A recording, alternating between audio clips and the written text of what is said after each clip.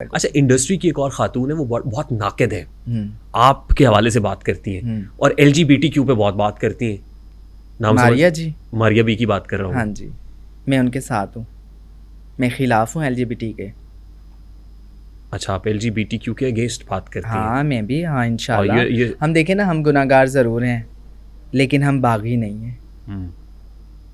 ہم اپنے اللہ کو کبھی نہیں چھوڑ سکتے. ہم اپنے اللہ کے قانون کی کبھی بھی حکم عدولی نہیں کر سکتے. ہم اس کو جھٹلا نہیں سکتے. ہم گناہ گار ہیں لیکن باغی نہیں ہیں. ہمارا ایمان ہے، جو ہمارے اللہ نے احکامات لازم کیے ہیں ہم اس کے ساتھ ایگری کرتے ہیں، اور جو ہمارے نبی کریم صلی اللہ علیہ وسلم کی جو طریقے ہیں ہمارا ان پر بھی ایمان ہے. اچھا ماشاء اللہ، یہ سو ریلیجس نا، ریلیجس بات کرتی ہیں آپ، اور ہر ایک میں آپ جو ہے نا ریلیجس جو کانٹیکسٹ ہے وہ دے رہی ہیں. مولانا طارق جمیل صاحب آپ کی زندگی میں آئے تو زندگی کیسے بدل گئی؟ ہاں الحمدللہ، ان کے ساتھ میری ملاقات ہوتی رہتی ہیں اور بڑا پیار کرتے ہیں مجھے. اللہ ان کو جزائے خیر دے، اللہ ان کو سلامت رکھے. بہت اچھے انسان ہیں. ان کے آنے سے زندگی کیسے تبدیل ہو گئی؟ نہیں، کسی کے آنے سے زندگی تبدیل نہیں ہوتی، یہ اللہ کے ہی کرنے پہ سب کچھ ہوتا ہے. ٹھیک. اور آپ اللہ سے ہی ہوتا ہے، اللہ سے ہی سب کچھ ہے. ہاں، اللہ کے غیر سے کچھ نہیں ہوتا. بے شک. آپ تبلیغ کی طرف آئیں تو آپ نے اس کو چھوڑنا بھی چاہا. میں نے ڈانس کو چھوڑنا چاہا، اس فیلڈ آج سے بھی چھوڑنا چاہتی ہوں. کیا ہے جو چھوڑنے نہیں دیتا؟ ایمان کی کمزوری. معیشت حاوی ہو جاتی ہے. ہاں، ہم زبان سے کہتے ہیں نا اللہ سے سب کچھ ہوتا ہے، اللہ کے بغیر کچھ نہیں ہوتا، اللہ کے غیر سے کچھ نہیں ہوتا.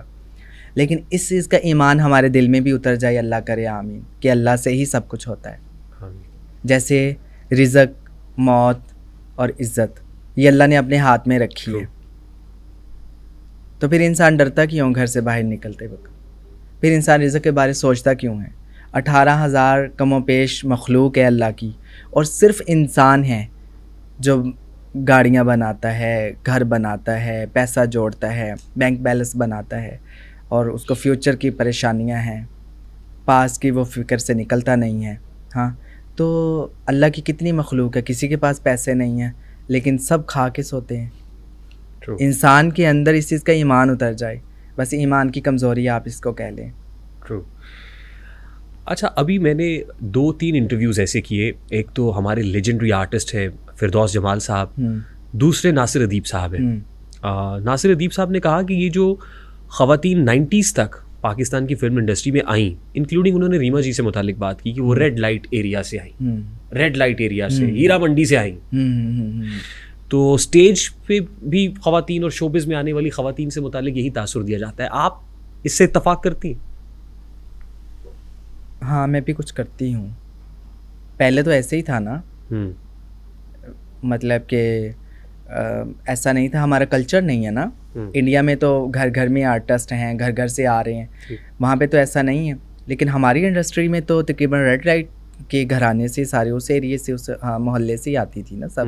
پہلے جتنی تھیں تو کچھ باہر سے بھی تھیں. تو اب آج کے دور میں ایسا نہیں ہے. اسٹیج پہ بھی اب آج کے دور میں ایسا نہیں ہے کہ وہ ساری اسی جگہ سے ہیں، باہر سے بھی ہیں.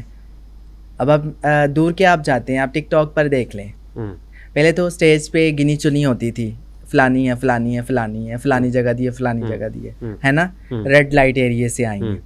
تو اب ٹک ٹاک پر آپ دیکھ لیں، گھر گھر سے آ رہی ہیں. وہ وہاں سے تو نہیں ہے نا، لیکن وہ سب ناچ بھی رہی ہیں. اور میں کہتی ہوں ایسے ایکسپریشن کرتی ہیں، مجھے بہت پسند ہے نا ایکسپریشن کے ساتھ ویڈیو بنانا، اور ڈیپلی جا کے اس کے ساتھ جو ہے نا ایکٹ کرنا، سانگس کے اوپر لپ سنگ کرنا.